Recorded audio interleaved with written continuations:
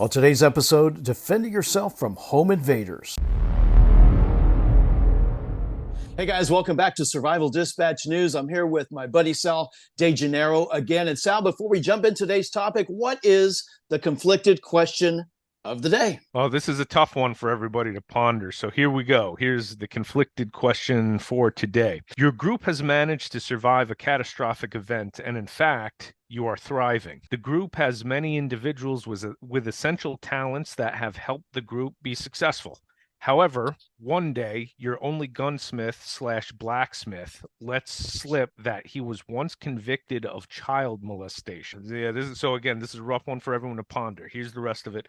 He has never given the group any hint of his past until now and has in fact been a core and valued member of the group. Do you forget his past and hope that his tendencies don't emerge again, or do you expel him from the group and lose his skill set? Wow, what a question. All right, guys, y'all put your thinking caps on. We will give our answers at the end of this discussion, Yeah. and a really important discussion. We like to tie our Survival Dispatch news into topics of recent news and things that are happening. And home invasions are something that happens so often we don't always see it and hear about it on the news. But seeing as how Sal De Janeiro is a subject matter expert in concealed carry and self-defense, so we're just going to talk about home defense, guns. That is our discussion of the day. And Sal, you've written a bunch of articles on this. I want to jump right into this discussion because it's something we think about every day. And if you don't, you should, right? Oh, absolutely.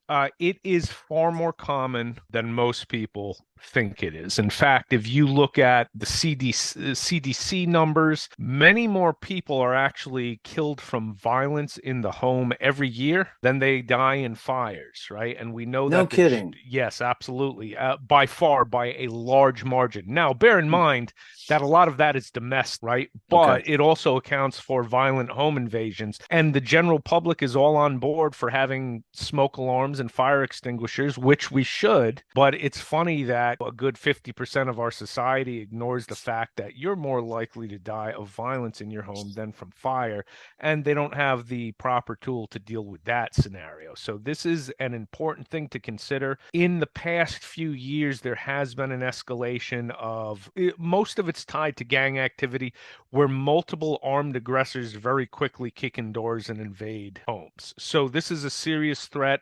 A lot of times they have a mistaken address. They think they're invading. If your neighbor happens to be a drug manufacturer, has a meth lab or something like that, and sometimes a rival crew gets a hold of the wrong address and they kick in your door. So this is a very serious thing to think about. And it happens really fast. We've seen those Ring doorbell video. It can happen in a flash. And today we're talking about being prepared for that stuff, basically, and specifically as it pertains to the tools that we are going to use, that you guys are going to use to defend yourselves from these home invaders. Sal, as always, you provide a really great outline for this discussion today. And one of the first things you're talking about is how doors can be kicked in very quickly. Let's jump into that. The average residential exterior door can be it's literally a one kick door.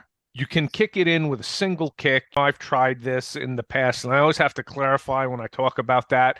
We tested these things. I was not committing to breaking and entering when I was a teenager. But That's good to know. yes, exactly. I have no criminal record. That's not how I know this. How I know this is doing tests for exactly this kind of research. Residential doors, you can literally kick right off the hinges. You can kick the knob will literally rip the stop plate right off because the screws typically only sink into what is the trim around that doorway. So Yep. people should look into ways to harden their doors and be beyond even long screws that will sink all the way into the 2x4s, which even that in itself makes a huge difference. I believe in having specific door stops that you have on the door, at least at night, but even during the daytime, you have to get in the habit of keeping your doors locked. I am amazed at the number of people who don't lock the doors during the day, and there's Yep. just all kinds of incidents that happen where people just walk right into the house. And sometimes, keep this in mind, it's not only protection for you and your family, it's a protection to other people having locked and strong doors. There have been many occurrences where somebody is intoxicated and thinks they're coming into their own house and ends up in the wrong house and ends up getting killed by the homeowner. So it's just safety all around, keeping your doors locked even during the daytime.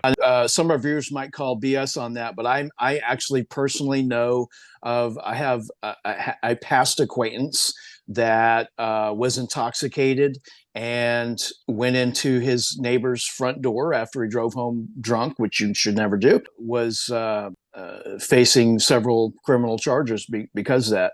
Nice guy, didn't have nefarious intentions, but yeah, that stuff actually does happen. So that's something that we should be aware of. Talking about reinforcing the doors, we've spoken to this in the past. Even using some older primitive style reinforcement can really help and maybe even save your life, such as the big cross brace that you can drop into the brackets across your door. And it may not look pretty, but even very simple things like that really can protect yourself, I think, from home invaders that are coming in through the front door. This episode of SDN is brought to you by Switch It Up, your national grid down service provider.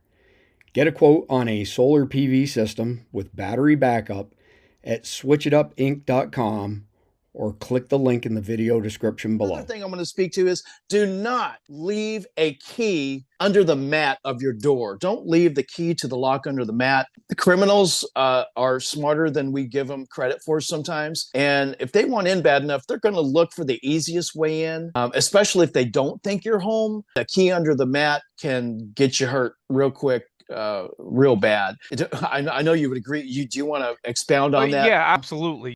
What you want to do with the door is turn it into a multi-kick barrier that's going to take work. No matter what we do to it, any portal can be breached eventually. But what we're doing is turning it into work that gives us time so that we can enact a family defense plan. If you have family members, there should be discussion. Hey, if we face something like this is the designated safe room. This is where we're all going. People can barricade in your designated safe room.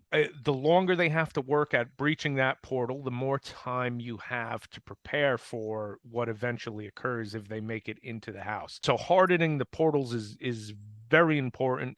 You don't want to leave tools readily available to help them smash through. You certainly don't want to leave a key like you were just talking about, and people do that all the time.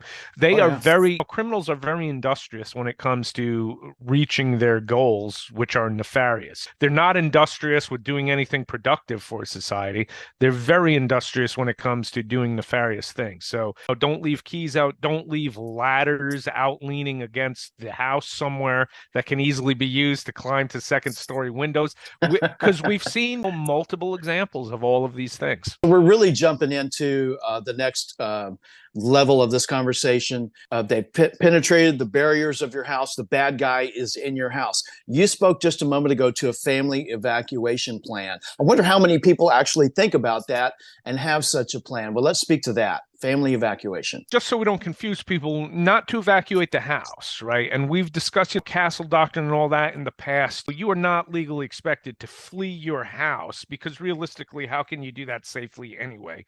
Especially if you have young children. So we're talking about evacuating family members to whatever room you designate as the safe room for such a circumstance. So that door starts getting breached. You want to get those family members into that designated safe room so that you can make your stand there and barricade. And when people barricade and have a firearm, the statistics on your side, to the extent that it is almost impossible for home invaders to breach that final room and make it through that final doorway alive. Yeah. So you put yourself in a position that is so strong if you're able to barricade in a safe room and have a firearm with you. So that should be the ultimate plan. The plan should not be to stop them right as they come through the front door, especially if there's multiple home invaders, right?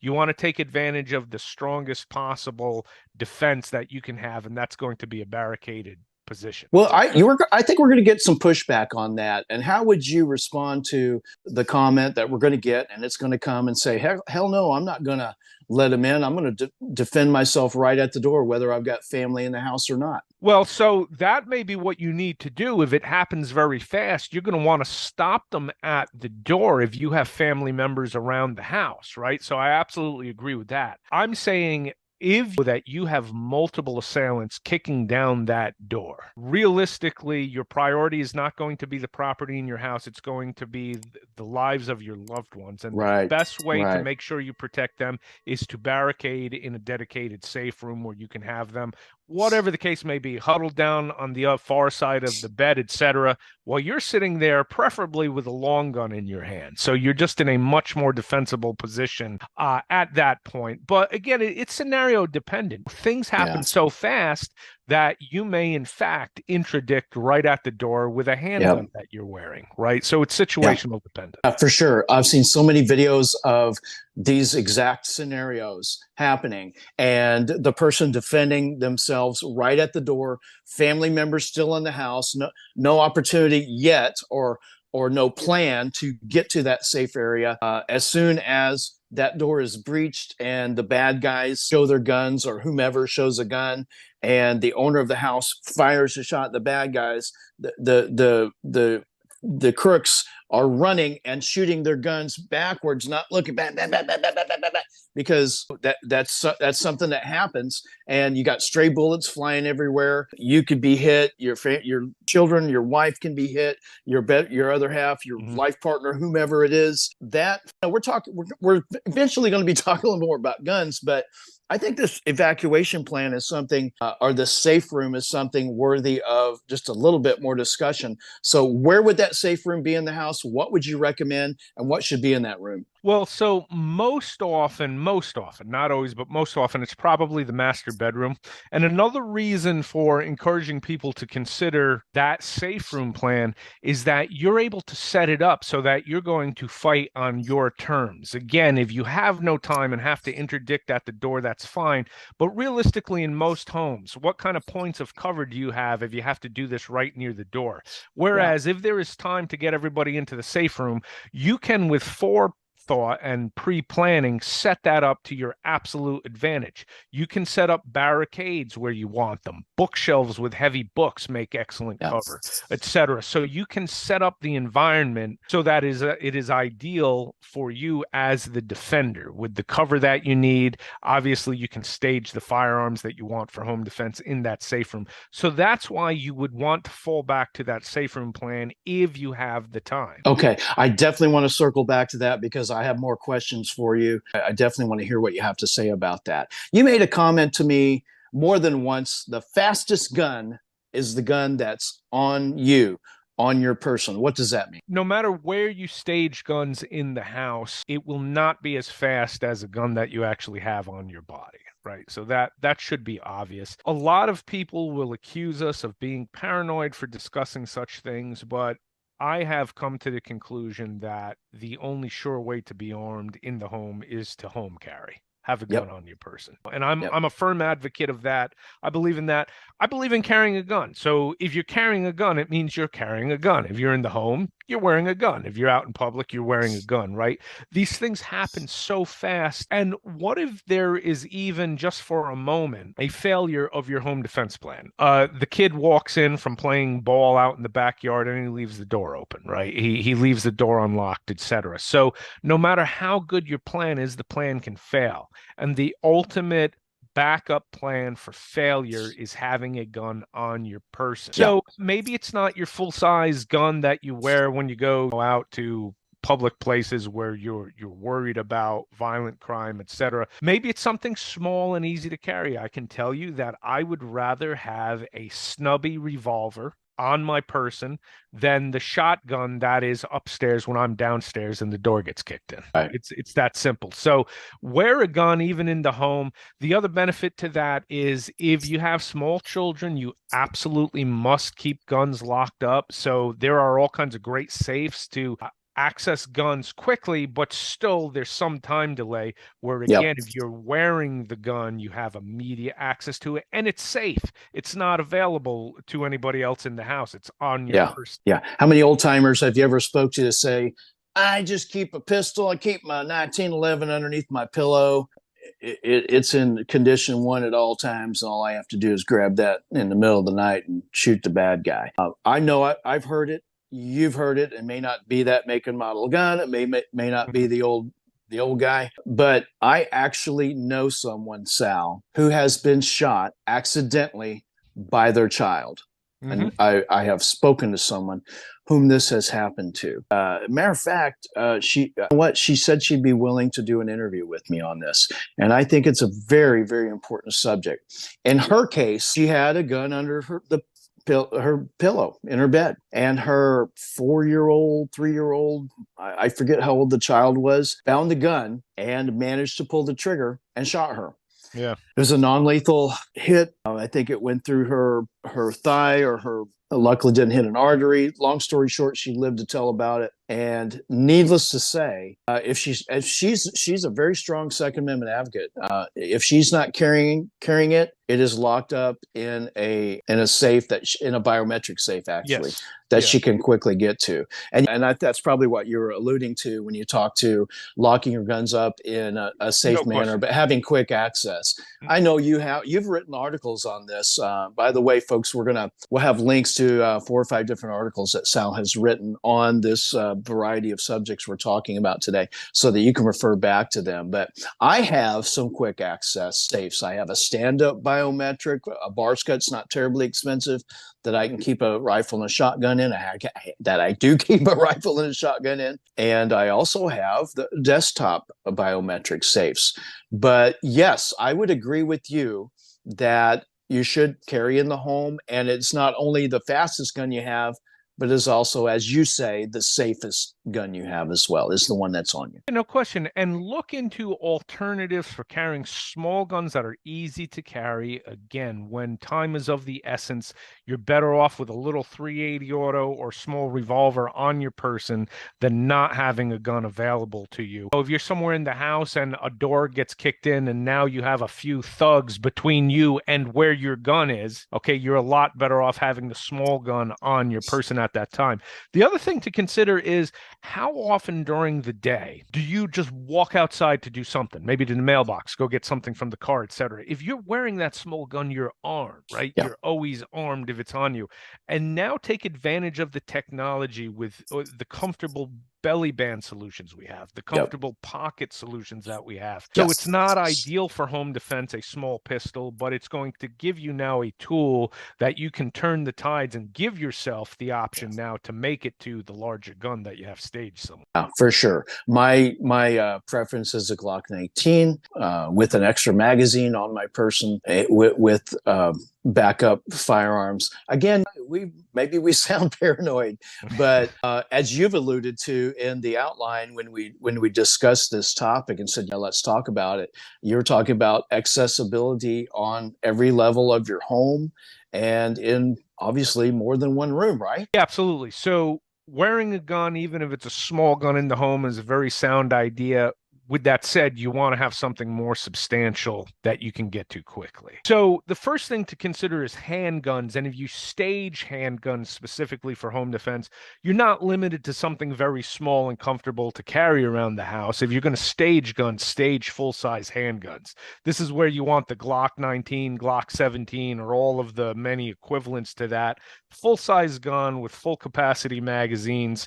Maybe consider a light on it. I like that at least for the dedicated bedside handgun. So the gun closest to you at night in a quick access safe, maybe in your nightstand, whatever. I like a handgun with a light on it, with the thinking being that most likely when we wake up at dark 30, come out of deep sleep, you're probably not wearing anything more than your boxers, right? Yep. When you grab one thing to check on what was that bump in the night, because realistically, it happens so often, and 99 times out of 100, it's no big deal, we're going to investigate, right? If you pick up that one gun and it has the light on it, you've got everything you need in your hand to go do that. So having the full package, a full-size handgun, and I would offer this to people to consider, having that available to you on at least each floor of the house. Most modern residential houses are multi-level now. So if you're sitting in the kitchen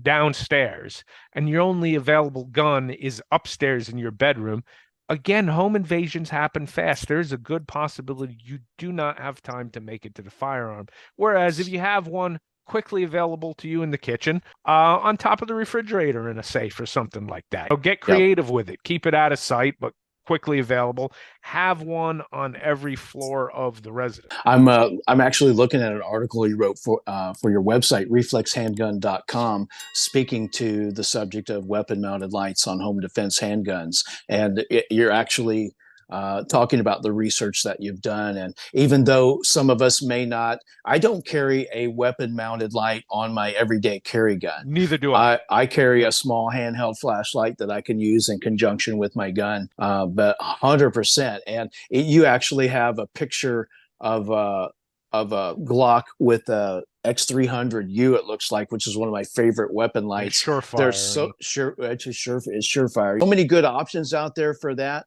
but I would agree 100%.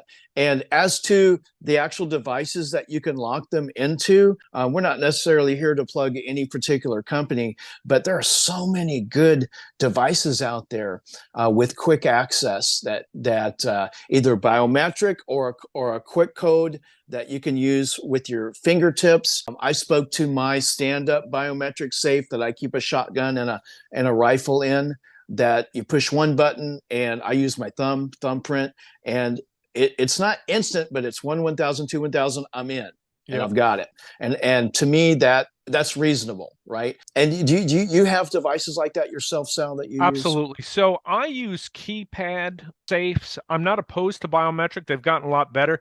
However, I like a keypad backup on a biometric safe because I've seen them fail often enough where it doesn't get a perfect read and it won't open.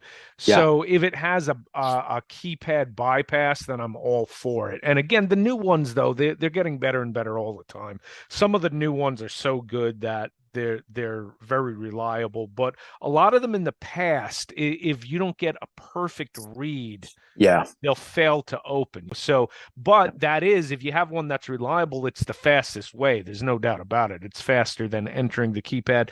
So we give up a little bit of time, but realistically, especially if we have children in the house, that is a compromise we must have. You cannot leave guns just laying around if you have, especially if you have children in the house. So just a compromise we have to have, but they're so good now, so small. Bear in mind, these small handgun quick access safes, these are not a big gun safe to keep people from stealing them. They give you enough protection, right, to make it so it's tamper proof. Unauthorized people cannot access it. A determined thief who's in the house when you're not home, he's going to take the safe if he wants to, but that's not what they're designed for. They are designed. That's exactly right. They're designed to keep it out of the hands of kids and whoever else is unauthorized, and yet give you quick access to the gun if you need it. You betcha. You have another article here that you sent me a link to, which is great. And it's talking about having a rifle ready or a long gun ready in the house, not only for home defense, but for neighborhood defense. And that's an interesting thing to think about.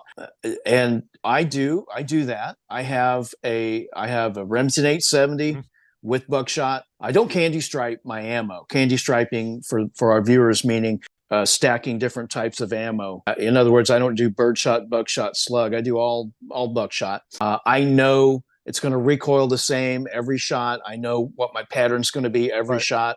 I know my penetration. So I do not recommend candy striping your ammo, whether it's in a rifle, a shotgun, or a handgun, for those reasons. And I've spoken to that in the past. But I do keep a pump action shotgun. I prefer a pump action because I'm familiar with it and they're reliable and I know how they work and I've trained with it. Doesn't mean you can't have a Benelli M4 or whatever your favorite semi-automatic or inertia shotgun is. A lot of great shotguns out there. You don't have to spend a ton of money to have a shotgun. A rifle, yes, I keep an AR-15 in ready condition, ready to go. I also have an additional pistol with a weapon-mounted light with spare magazines in that particular safe. Another safe I have a handgun. Another safe I have a handgun.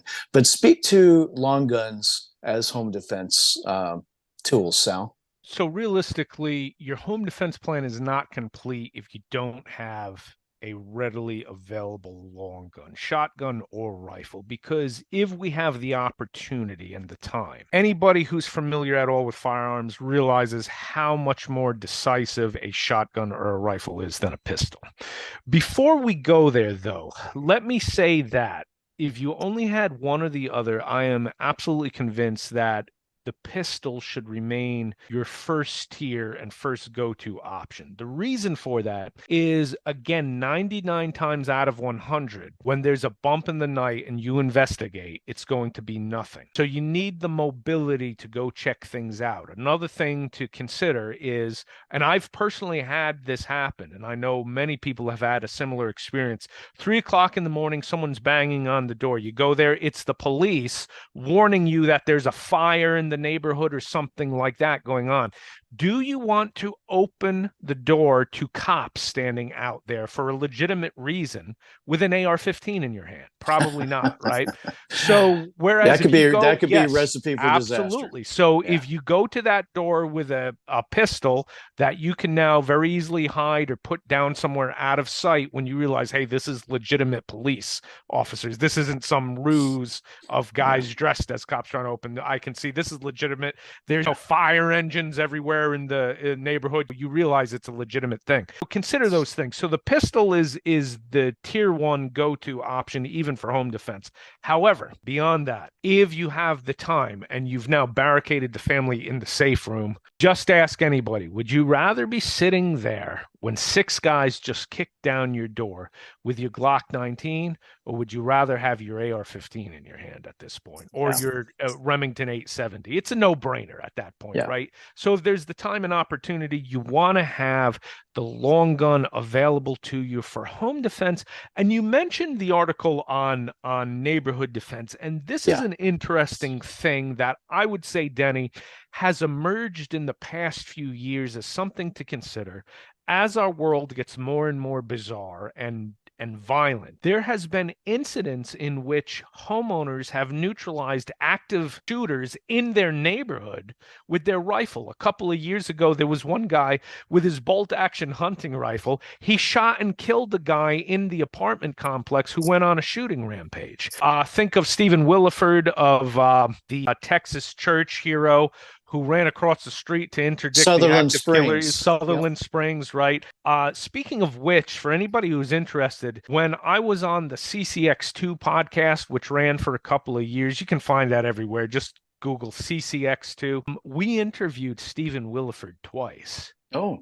And if you find the first interview, he talks about things that nobody has ever heard elsewhere. For example, that on any given day in that church, there was 4 men who carried handguns every day in that church. The particular day the killer came in, 2 of them were out of town and 2 of them were running late. No kidding. Again, just to plug that interview, you want to hear something fascinating, people Google that interview, CCX2 with Stephen Williford. You'll hear things about that incident you can't even believe. Yeah. And this guy came from his house and had to go from his home into the church. Correct. To defend everybody from the killer. He came to interdict that guy. By that time, the guy was coming out of the church and he shot it out with the guy. And he had his rifle. So when you have examples like that materialize, you realize that the world is getting worse and worse with these bizarre things that happen, that if you need to deal with an active shooter in the neighborhood, in your apartment complex, in your cul-de-sac, you want a rifle for that. Not a handgun, right? Yeah, so that's 100%. Just another reason to consider keeping a quickly accessed long gun available to you. Of the links you sent me, 2 of them referred to a home defense bag and additional home defense gear. And we talk about having a bag with you when you're traveling, whether it's a sling bag or a backpack, with your gear, your go bag, whatever you want to call it, with your some survival gear, extra ammo, water, food, medical, et cetera, et cetera. But we very rarely talk about having a bag in the house and why you should have it. Makes perfectly good sense to me after having read your articles and listening to this discussion we're having. If you have to go from room to room or grab some gear and take it to your safe room or your defensive area, it does make sense to me to have a bag in the home as well. Let's expand on that a little bit, if you will, Sal. So this is something I got into a few years ago when with USA Carry and Concealed Nation, we were doing a lot of work on home invasions and stuff. We were writing a lot about it and researching this stuff. The role of the bag would be for multiple things. So realistically, I come back to the vast majority of people, if they respond to the bump in the night, you're going to grab one tool. You're going to grab that handgun. That's why I like a light on the handgun, so you have everything in one package. Like you, Denny, I don't have a light on my carry gun. But for the dedicated home gun, why not? That's the way I look at it, right? It gives you everything on one tool. If you grab something second, though, what a quickly staged bag, keep next to your bed or whatever. I like a sling bag, so you just throw it over your shoulder. And what you can do with that bag, there's a few different purposes that it serves. First of all, you can have... I got a sling bag right here. Mm-hmm. It looks probably bigger on camera than it is. Right. But it's got one strap, can quickly go over your shoulder, or you can carry it on your chest. This particular one even has a handgun compartment in it. Yeah. Lots of, actually, I can get a lot of stuff in the sling bag. I love sling bags too, as you can tell. Me too. Me too. So now if we have one set up specifically for home defense, I like the sling bag because, again, you can pull it right around to your front and access what's in it. You can have a reload for your handgun in that sling bag, a reload for your rifle. Again, if the rifle is an integral part of your home defense, you can have an extra light in it, obviously a full trauma kit, right? Because if you have to fight in your home, there's a good chance somebody is going to get injured. So have the full trauma kit. The other thing the sling bag can have is you can armor it. So the one I keep has a soft panel of armor that can defeat at least handgun rounds. So when you pull it around to the front of your body, it's giving you armor coverage similar to what a vest would give you. And it's all in a bag that's a whole lot faster to throw over your shoulders than to put on an actual armored vest. Armor companies make panels specifically for different size bags. They're not all square. This one's oblong, made for a backpack or a sling bag. Lots of stuff available out there for that. And finally, let me hit on the most important role that the sling bag will probably serve. So again, realistically, bump in the night, we're probably not even going to put the bag on. We're going to grab that dedicated bedside pistol, go investigate. But let's say something's going on. Again, back to that banging on the door at 3 a.m. Here's what the bag will do for you. You've got pistol in hand, you put the bag on. Oh, it's the police. This is legitimate police to tell me something. I pull the sling bag to my front. It has that dedicated handgun compartment, and I stow the gun and put the bag to my back. And now I can open the door to police without holding a gun in my hand. That's a good question. I think we need to circle back to that, how opening that door. Let's talk about maybe some technique as to how to respond to that knock on the door. And if for some reason you can't see who's on the other side of that door. Well, certainly don't open the door if you don't know who it is. So talk through the door. And I think we've discussed this in the past. So never open the door, especially at 3 a.m. Just because someone's saying, hey, it's the police, blah, blah, blah. Don't open the door. Where you would open the door is if you truly verify, hey, this is legitimate. So the time that it happened to me, it was literally 3 a.m. And there were several cops on my front porch knocking on the door to warn me there's a fire. And it was legitimate. And I knew that because looking out the window, there's like 3 fire trucks. There's an ambulance. Hey, that is not a criminal ruse. They have not stolen 3 fire trucks and have 20 guys and an ambulance just to trick you into opening the door, right? So if you see all of that, it's legitimate. So I opened it up and said, what's going on, officers? They told me, be careful. This is going on in the neighborhood. If it spreads, be ready to go. They literally were there telling all the neighbors that. So when it's a legitimate thing, that is where having that bag can be very beneficial because now you just stow that pistol in the bag, put it behind you. All you're going to have on is a visible strap now across your shoulders, which is no big deal. So that's one of the benefits of the home defense bag. 100%. I'm going here, grab one of my IFAKs. IFAK stands for Individual First Aid Kit.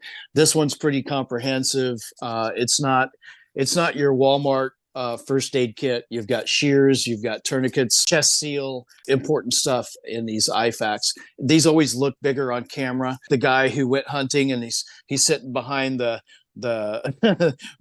one of the big five that he shot on safari. I can make this look really big, but really it's not that big. It's small enough to store in a sling bag and still have room for extra magazines, even some food, water, additional ammunition, and other tools. One of the other things that I just want to speak to is reminding folks of the importance of communication. Having that cell phone in your hand, ready to go, 911 already on the line if indeed you're sure that something bad's about to happen to you or your family. I think that's extremely important. I would even recommend having an additional, even if it's one of those track phones or something that you've preloaded with a card, in your home defense bag, so that if you can't get to your cell phone, that you have some communication. So if you do have to barricade yourself in your house and there are bad people in your house ready to try and do bad things to you, you have that communication. Yes, we are essentially our own first responders, but in the long run, if firearms are involved and we have to physically defend ourselves, the police are going to be involved. And if you can have them on the line, how many videos have you seen, Sal? You've seen dozens probably of people who have had, or even just the audio, the 911 audio of the guy with he's on the phone. I hear him. He's in the house. He's coming down the hallway. He's getting closer. I've got my gun. We're so scared. I think he's going to kill us. He's laying down the evidence for self-defense on the phone. It's being recorded. And in the meantime, he's contacted the authorities. They're on the way. It's going to take a while to get there. What's the average response time in your area, by the way, for cops, a 911 call? About 10 minutes if they come. If they come. There has been so many incidents now where they don't come, and people don't realize this, okay? In the wake of all of this. What do you mean if they come? What do you mean if? As in, literally, they may not come at all. In fact, just 2 days ago, I was listening to attorney Andrew Branca's podcast. He's the leading self-defense attorney who specifically focuses on self-defense.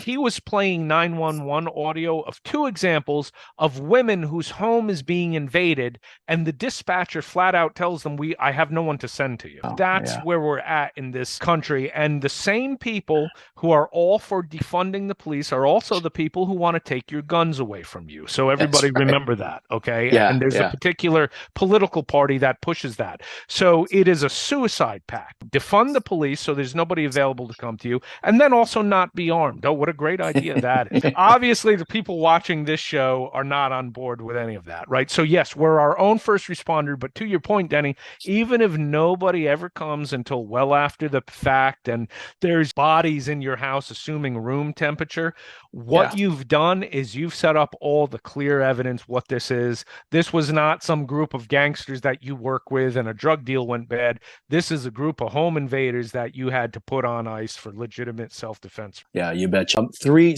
specific, actually 5 specific articles we've referred to today. I'm looking at them on my screen. We'll have them in the description of today's video.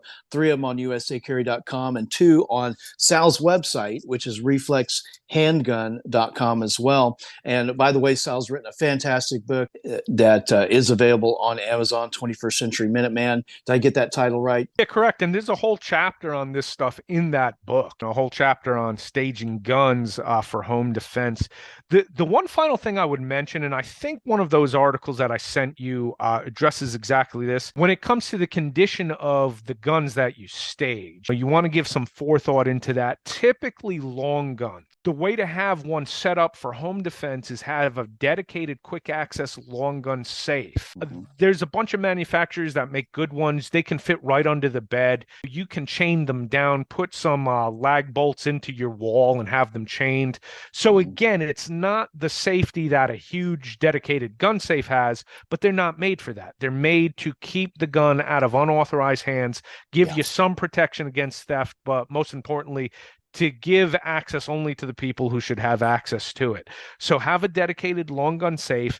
And when it comes to keeping either a shotgun or rifle, it's my strong encouragement to keep it in what's called cruiser ready. That means the magazine is going to be loaded. There's a loaded magazine in the gun, or in the case of a shotgun, a loaded tube, but an empty chamber. Yeah, I call that condition 2. Yep. One more step to put a round in the chamber. Correct. Yeah. To make it condition 1. It's called and hot, cruiser ready, and that comes from the term when it's in a police cruiser. That's typically how they have it stored for immediate response. Again, I always go back to that is the pistol you're wearing. That is your immediate response. So if I have time to go to the long gun, I have the extra half a second to run the action and charge the gun. It makes it that much safer keeping the gun. And I remind people, even most modern shotgun designs are not drop safe shotguns. They're not drop safe. They can fall, and if they take the right kind of impact, they can discharge. So storing long guns, keeping them stored cruiser ready is really the way I think to go with that. And you can very quickly, it takes training, but how long does it take you to charge a pump action shotgun? Like that, right? It's nothing to it at all. So it's just a safety feature. Keep them cruiser ready. I agree. And I always keep my on-body carry gun condition 1 round in the chamber, ready to go. That's totally different. It's totally different scenario. That's the way I train. It's why I recommend everyone train that way. Because if you have good trigger finger discipline, remember the cardinal rules of gun safety, that's going to keep bad things from happening accidentally. And who wants to, and are you going to have time when it's right in front of you with a gun? Are you going to have time to pull your gun and put a round in the chamber before you pull that? I totally agree. Trigger. Round in the chamber for the gun on you, but a dedicated long gun, it is an extra layer of safety if you keep them cruiser ready. And again, think of the mission. If you have time to get to the long gun anyway, if you don't have time to that, you're going to solve it with your handgun. But if you have time to make it to the long gun, realistically, you're going to have time to spend the extra half a second to then run the action of the gun to chamber. I agree. Hey, what time it is? It's time for us to answer the conflicted question. Man, I'm scared of answering this one. There's just no good answers. Let's read it again for us, Sal. All right, so let's come back to this. This is a doozy for sure. So here's the question.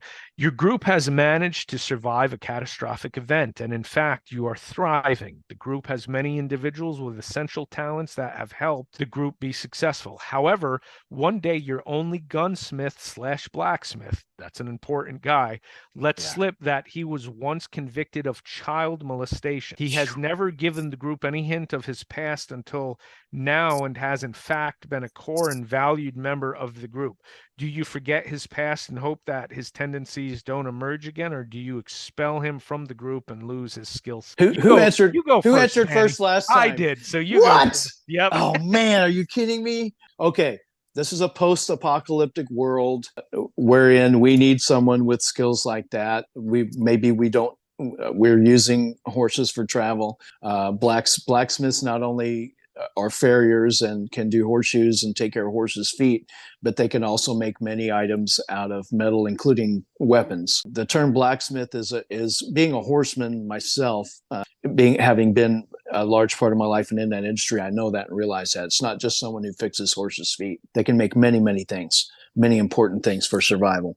Do we keep him or do we send him? There's nothing I hate worse than child molestation and pedo. However, if that person is crucial to the survival of my core group, I'm probably going to try to find a way to hold on to him, but keep him closely monitored. The fact that he has mentioned it to the group, volumes. He could have kept it quiet. He mentioned it. Why did he mention it? I don't know. But if he hasn't shown any indication that he's going to be that way again, I would probably try to keep him around if he is integral to the survival of my group. But I'm damn sure going to keep a close eye on it. What do you say? Yeah, so it's the nature of the crime that makes this one more difficult than just about any other crime we could have said, right? Yeah. So it is the most heinous, disgusting of crimes. But the situation is, we also come back to, this is the way I look at it. This guy admitted to it, and that speaks volumes. You don't Yeah. know, when you have a group of people that you are now dependent on and stuck with, you don't know what's in the background of all of them. But the fact that he admits it does speak volumes. As hated a crime as it is, I also kind of come back to, so was he was obviously out of prison before all of this started. So he was deemed, not that this means anything, because we know that all kinds of people are out who should not be out. But I would have to go with his behavior up to this point. And the scenario said that he has not done anything suspect up to this point. So I'm with you on this one, Denny. Oh, he's too valuable. His past is his past. The fact that he admitted it speaks volumes to his overall honesty. But I sure as hell am going to have people keep an eye on him and not have kids around him. It kind of sounds like you and I agree on this one. Yeah. Talk about conflicted. It's a tough These are one, not though. easy. Yeah. It's a hard one. Yeah, man. It would be so much easier if he was like a bank robber. Wouldn't it? I was like, oh, it's okay. It's bank robber. Yeah, you're right. Yeah. or he got convicted for cheating on his taxes. Yeah, we'll keep him definitely for sure. Yeah, no eyebrows even raised, right? So yeah. Viewers, let us know what you think. How would you answer that conflicted question? Would you keep the guy? Would you get rid of him? Let us know if you've ever experienced a home invasion yourself or know someone who has. And how was it? How did that person you or that person defend themselves? Particularly if it was firearms related, because that's what we were talking about today, for the most part. A lot of great articles that Sal's written. Thanks again, Sal. Really appreciate you, by the way. Fantastic information that you presented with us in person here and in writing. We'll have all the links to Sal's videos and his book, 21st Century Minuteman. Appreciate each and every one of you. Like, subscribe, comment, and share. Leave us those comments. Those are very important. Stay safe out there. And until next time,